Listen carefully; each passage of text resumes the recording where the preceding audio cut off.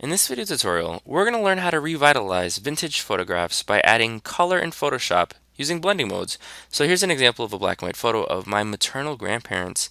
We've got both the original black and white version along with the colorized version. And here's another example by Sarah Rabb, who colorized her own grandfather.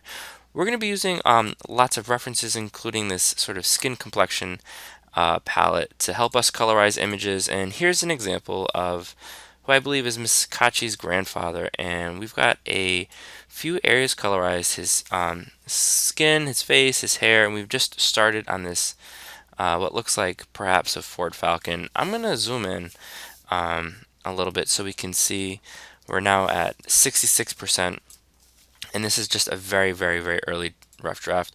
The first thing that you're going to need to do is, when you open up your image, make sure you desaturate it by pressing Command Shift U.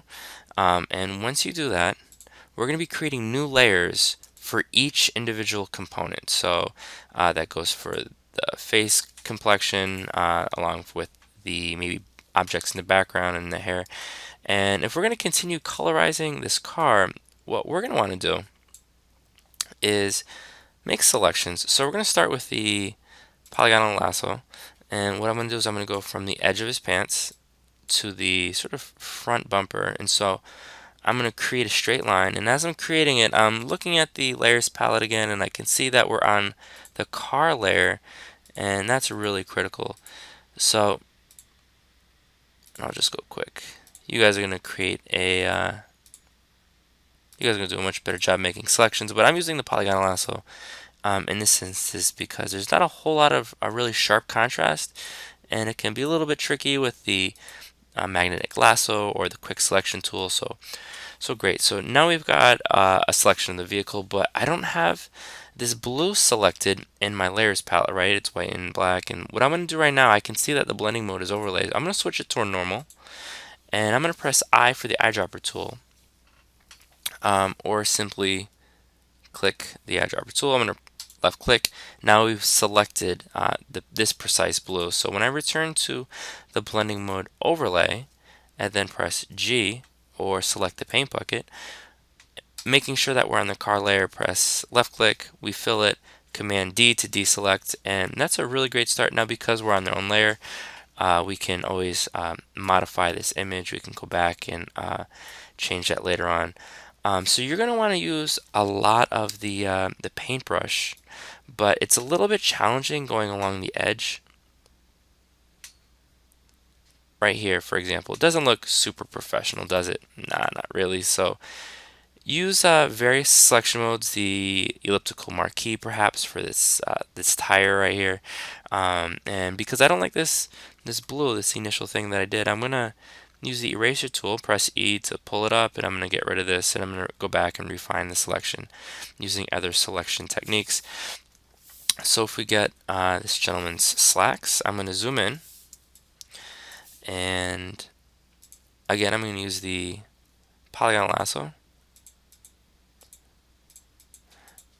and I'm not going to do the best job right now, so bear with me. I'm pressing spacebar to shift the window down while maintaining the polygonal lasso. Alright, almost done. And you can see here there's virtually no contrast between his pants and the car itself. And you're going to find with these older photographs, they're a little bit fuzzy, they're not of the highest quality, so it's going to be a little tricky sometimes. It's going to require some problem solving and creativity. So now what we're going to do is press Command Shift N or create a new layer. I'm going to go into where it says layer 1, I'm going to double click, and I'm going to label this pants or pantalones. I'm going to pull up the either paintbrush. For time's sake, we'll just use the paint bucket, and we'll get some you know what, ladies and gentlemen, we can do so this palette, which I'm going to share with you in the Google Classroom, is great for skin complexion, but it's also great for other colors as well. So I'm thinking maybe the color of his pants might be number 28. Let's experiment and see what happens. So I can see that we're in the pants layer. I'm going to press G for paint bucket. Boom. That doesn't look tremendous. What I'm going to do now is experiment with blending mode. So I'm going to click on normal to dissolve, and I'm confident that the optimal blending mode is gonna be either multiply, overlay, or color, and we will see. So I'm gonna go through. Multiply looks pretty good. So like this, of course, looks weird.